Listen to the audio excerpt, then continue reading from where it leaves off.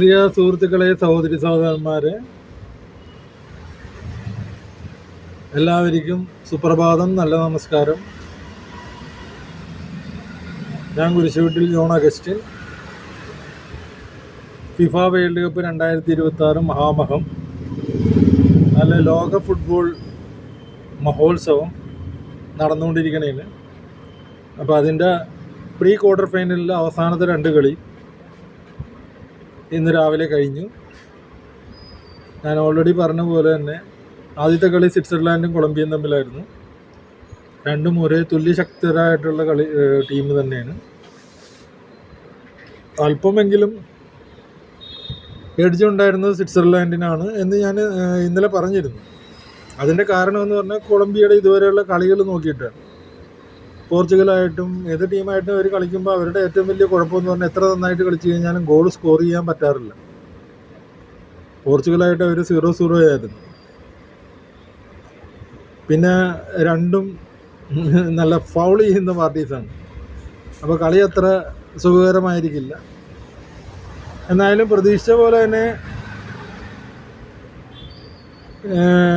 നിശ്ചിത സമയത്തും 90 മിനിറ്റിന് പിന്നെ എക്സ്ട്രാ ടൈം ഓൾമോസ്റ്റ് 2 മണിക്കൂറോളം കളിച്ചിട്ടും ഗോൾ രഹിത സമനില തന്നെയായിരുന്നു. എൻഡ് റിസൾട്ട് പെനാൽറ്റി ഷൂട്ടൗട്ടിലാണ് വന്നത്. പെനാൽറ്റി ഷൂട്ടൗട്ടിൽ സ്വിറ്റ്സർലാൻഡ് 4 ഗോൾ അടിക്കാൻ പറ്റി. കൊളംബിയക്ക് 2 അടിക്കാൻ പറ്റുള്ളൂ. അതിലൊരെണ്ണം സേവ് ചെയ്ത് ഗോളി, ഒരെണ്ണം പുറത്തേക്ക് അടിച്ച് കളഞ്ഞു. സ്വിറ്റ്സർലാൻഡിൻ്റെയും ഒരു ഗോള് പുറത്തോട്ട് പോയായിരുന്നു. പക്ഷേ 4-3 അവർ പെനാൽറ്റി ഷൂട്ടൗട്ടിൽ ജയിച്ചു.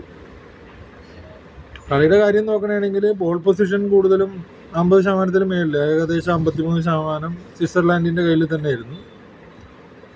മറ്റുള്ള പാസ് അക്യുറസി അങ്ങനെയുള്ള കാര്യങ്ങളൊക്കെ ഏകദേശം തുല്യത തന്നെയായിരുന്നു.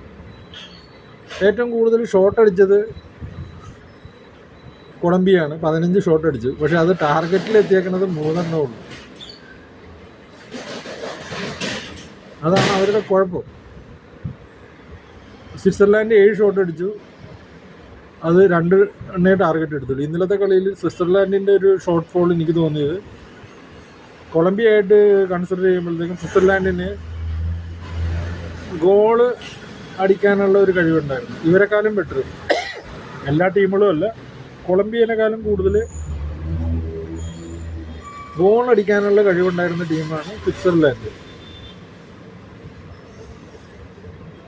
സ്വിറ്റ്സർലാൻഡിലാണ് വേൾഡ് ഫുട്ബോളിൽ ആദ്യമായിട്ട് ഒരു ഡിഫെൻസീവ് സ്റ്റൈൽ ഓഫ് കളി ആവിഷ്കരിച്ച് കൊണ്ടുവന്നത്.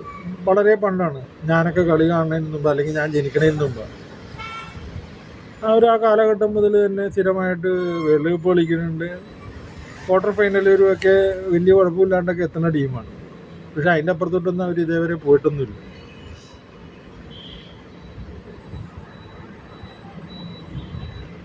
പിന്നെ ഫൗള്, 2 ടീമും അത്യാവശ്യം ഫൗൾ ചെയ്യുന്ന ടീമാണ്. പ്രതീക്ഷിച്ച പോലെ തന്നെ വലിയ വ്യത്യാസമൊന്നുമില്ല. സ്വിറ്റ്സർലാൻഡിന് 23 ഫൗൾ ചെയ്തു,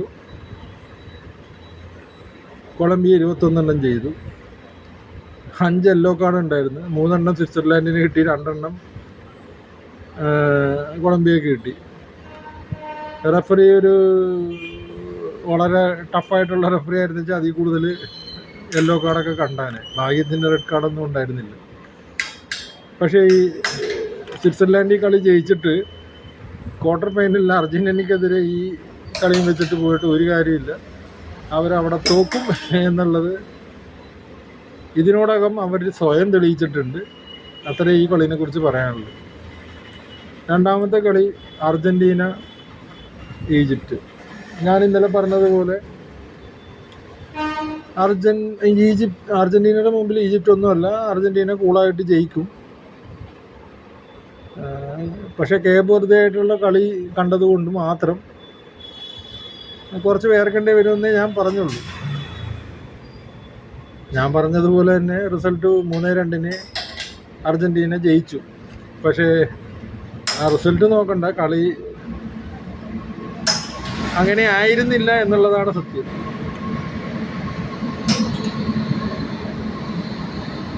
അതായത് കളി തീരാനായിട്ട് ഒരു 10 മിനിറ്റ് ബാക്കിയാവും. 79ാമത്തെ മിനിറ്റ് വരെ 2-0 ഈജിപ്റ്റ് ലീഡിംഗ് ആയിരുന്നു. അതാണ് ഏറ്റവും വലിയ പ്രത്യേകത. അതായത് അക്ഷരാർത്ഥത്തിൽ കേപ്പ് വർദ്ധനേക്കാളും വളരെ ശക്തമായിട്ട് അർജന്റീന വിറപ്പിച്ചിട്ടുണ്ട്. അർജന്റീനയെ ഈജിപ്റ്റ് വിറപ്പിച്ചു. 15ാമത്തെ മിനിറ്റിൽ അവർ ആദ്യത്തെ ഗോളടിച്ച്, 67ാമത്തെ മിനിറ്റിൽ രണ്ടാമത്തെ ഗോളടിച്ച്. അതിനുശേഷം ഒരു 70ാമത്തെ മിനിറ്റ് അല്ലെങ്കിൽ എന്താ പറയുക 75ാമത്തെ മിനിറ്റ് മുതലാണ് അർജന്റീന നന്നായിട്ട് അറ്റാക്ക് ചെയ്ത് കളിക്കാൻ തുടങ്ങിയത്. അങ്ങനെ 79ാമത്തെ മിനിറ്റിൽ അവർക്കൊരു ഗോള് തിരിച്ചു മടക്കാൻ പറ്റി. പിന്നീട് സ്വാഭാവികമായിട്ട് ലയണൽ മെസ്സി 83ാമത്തെ മിനിറ്റ് രണ്ടാമത്തെ ഗോളടിച്ച് സമനിലയായി. പക്ഷേ ഇതിനേക്കാളും വലിയ പ്രത്യേകത എന്ന് പറഞ്ഞാൽ കളിയുടെ തുടക്കത്തിൽ അർജന്റീനയ്ക്ക് ഒരു ഫൗള് കിട്ടി, മെസ്സി ഒരു ഗോളടിച്ചു, പെനാൽറ്റി. പക്ഷേ ഗോൾ കീപ്പർ സേവ് ചെയ്തു. അത് പുത്തരിയൊന്നുമല്ല. വേൾഡ് കപ്പ് ഫുട്ബോളിൽ ഏറ്റവും കൂടുതൽ പെനാൽറ്റി ഷൂട്ട് ഔട്ട് പാഴാക്കിയേക്കണതിൻ്റെ റെക്കോർഡ് നേരത്തെ തന്നെ മെസ്സിയുടെ പേരില്ല, 4 എണ്ണം. അത്രയൊന്നും ആരുമില്ല, എല്ലാവരും ഒരു ഗോളിൽ കൂടുതലൊന്നും പാഴാക്കിയിട്ടില്ല വേൾഡ് കപ്പിൽ. പിന്നെ മെസ്സി എന്ന് പറഞ്ഞാൽ ഇൻ്റർനാഷണൽ ഫുട്ബോളിൽ ക്ലബ്ബ് ഫുട്ബോൾ അങ്ങനെ എല്ലാം കൂടി 34 പെനാൽറ്റി കിക്കാണ് ഇതുവരെ പാഴാക്കിയേക്കുന്നത്. എന്ന് വെച്ച് മെസ്സി മോശം കളിക്കാരനാണെന്നല്ല പറഞ്ഞത്, അദ്ദേഹത്തിന് അത്ര ഉള്ള ആക്യുറസി അതിൻ്റെ അത് പറയാനാണ് ഞാനത് ഉദ്ദേശിച്ചത്. പക്ഷേ ഈ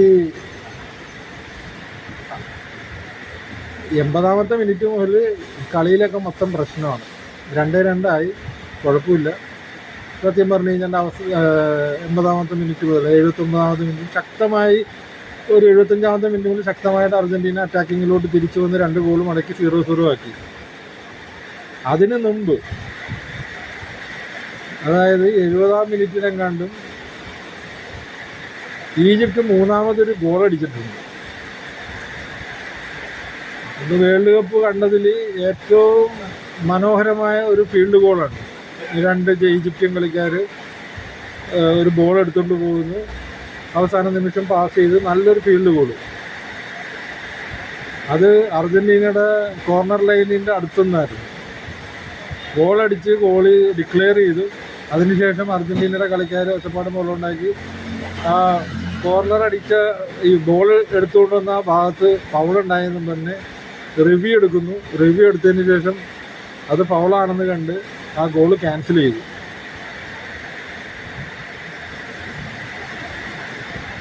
അങ്ങനെ 2-0 പിന്നെയുമായി, അല്ലെങ്കിൽ 3-0 വേണ്ടതാണ്. അതിന് ശേഷമാണ് 2 ഗോൾ അടിച്ചിട്ട് 83ാമത്തെ മിനിറ്റിൽ മെസ്സി രണ്ടാമത്തെ ഗോൾ അടിച്ച് 2-2 ആക്കണത്. അത് കഴിഞ്ഞ് അത് സമയം മുഴുവൻ കഴിഞ്ഞ് ഇഞ്ചുറി ടൈമിൻ്റെ 3ാം മിനിറ്റിൽ 93ാമത്തെ മിനിറ്റിൽ 3ാമത്തെ ഗോൾ അടിച്ചിട്ട് അർജന്റീന ജയിക്കുക ചെയ്തു. പക്ഷേ അവിടെ ഒരു പ്രശ്നമെന്ന് പറഞ്ഞാൽ നേരത്തെ ഈജിപ്തിൻ്റെ ഗോള് ക്യാൻസലായതുപോലെയുള്ളൊരു സിറ്റുവേഷനിലാണ് ഇവിടെ നടന്നത്.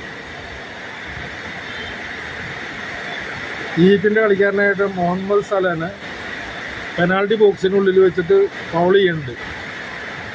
ഫൗൾ ചെയ്ത് അയാളെ വീഴ്ത്തിയതിന് ശേഷം അവിടെ നിന്ന് ബോൾ കൊണ്ടുവന്നിട്ടാണ് അർജന്റീന ഗോളാക്കുന്നത്.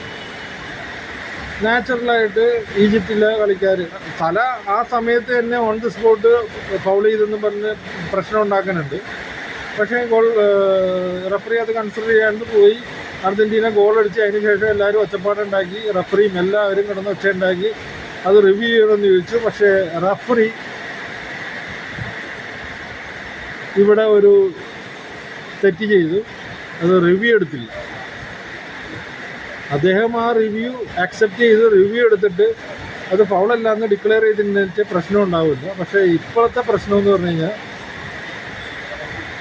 ഈ ലോകകപ്പിൻ്റെ ഫുട്ബോളിൽ പൊതുവെ റഫറിമാർ ഇൻകൺസിസ്റ്റൻ്റാണ്.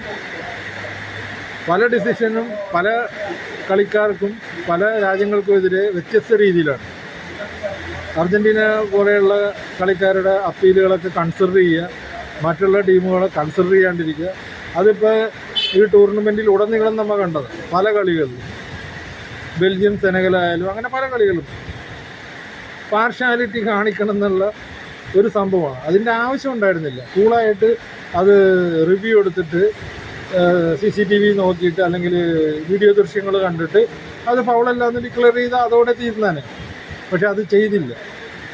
അതിന് പകരം അവിടെയുള്ള ഒഫീഷ്യൽസിനും എല്ലാവർക്കും പോയിട്ട് യെല്ലോ കാർഡും അതും ഇതുമൊക്കെ കൊടുത്ത് അയാൾ ആ കളി നശിപ്പിച്ചു. അങ്ങനെ ഒരു സംഭവം വരുമ്പോഴത്തേക്കും ഈ റഫറി അർജൻറ്റീനയുടെ അടുത്ത് പൈസ വാങ്ങിച്ചിട്ടാണോ, അല്ലെങ്കിൽ അവരെ ഫേവർ ചെയ്യാനാണോ, അല്ലെങ്കിൽ ഫിഫ പേടിപ്പിച്ചിട്ട് ഫിഫയുടെ താല്പര്യം അനുസരിച്ച് ഇങ്ങനെ ചെയ്തതാണെന്നൊക്കെ ചോദ്യങ്ങളും ഉത്തരങ്ങളും ഒക്കെ വരും. സ്വാഭാവികമാണ്. എന്താ കാര്യം എന്ന് പറഞ്ഞാൽ 2-3 ദിവസം മുമ്പ് കളിയിൽ റെഡ് കാർഡ് കൊടുത്തിട്ട് ട്രംപ് പറഞ്ഞിട്ട് ആ റെഡ് കാർഡ് ക്യാൻസൽ ചെയ്ത ടീമാണ്. അത് ഈ വേൾഡ് കപ്പിൻ്റെ മുഴുനീളമായിട്ട് കാണാം. സത്യം പറഞ്ഞാൽ ഞാൻ കണ്ടേക്കണ വേൾഡ് കപ്പുകളിൽ 1982 മുതൽ വേൾഡ് കപ്പ് ഞാൻ കാണുന്നത്. ഇത്രയും മോശമായിട്ടുള്ള ഒരു വേൾഡ് കപ്പ് ഇതാണ് സത്യം പറയാം. ഇതുകൊണ്ട് എന്താ കുഴപ്പമെന്ന് പറഞ്ഞാൽ മെസ്സിനെ പോലെയുള്ള ഒരു നല്ല കളിക്കാരനൊക്കെ ഉണ്ട്.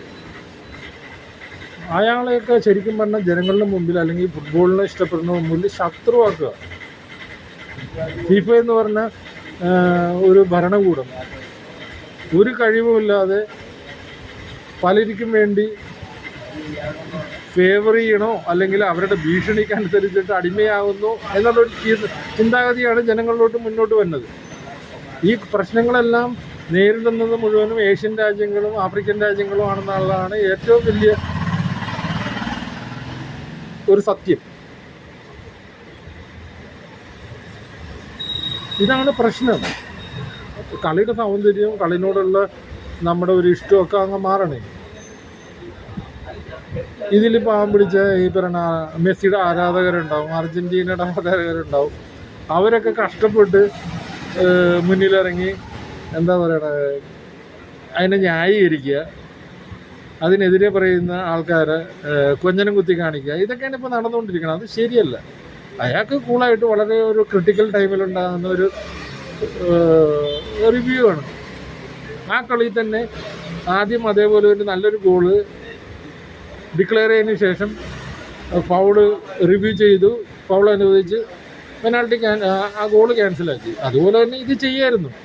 ഇപ്പോൾ റെഫറി ചിന്തിക്കണേന് അത് ഫൗളല്ല എന്നുണ്ടെങ്കിൽ നല്ല കാര്യമാണ്. പക്ഷെ അത് റിവ്യൂ എടുത്തിട്ട് അത് പോയി കണ്ട് അതിന് ശേഷം പറയാമല്ലോ അത് ഫൗളല്ല എന്ന് പറഞ്ഞാൽ തീർന്നു.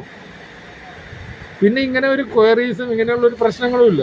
പക്ഷേ ഇത് കണ്ടിന്യൂസ് ആയിട്ട് ഇത് വരുമ്പോഴത്തേക്കും മാച്ച് ഫിക്സിംഗ് ആണോ, ഇതിൻ്റെ പിന്നിൽ പണമുണ്ടോ, അധികാരമുണ്ടോ, ഫേവറിസം ഉണ്ടോ, റാസിസം ഉണ്ടോ, വംശീയതയുണ്ടോ, അല്ലെങ്കിൽ ഓരോ കോണ്ടിനെൻറ്റുമായിട്ട് ഇങ്ങനെ ഇതൊക്കെ വരുത്തി തീർത്ത അതിന് വളമിടുന്ന രീതിയിൽ അതോ ഊട്ടിയുറപ്പിക്കുന്ന രീതിയിലുള്ള ഒരു നിലപാട് ട്രംപ് കൊടുത്തു. ട്രംപ് പോയിട്ട് അയാളുടെ കളിക്കാരനെ റെഡ് കാർഡ് എടുത്തിട്ട് ഫ്രീസ് ചെയ്യിപ്പിച്ചു.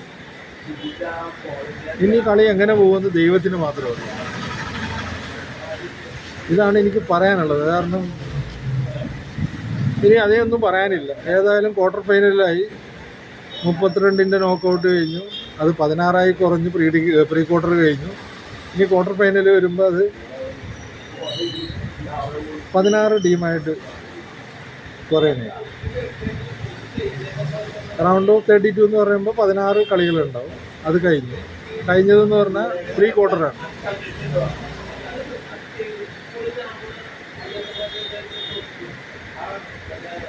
അതും കഴിഞ്ഞു.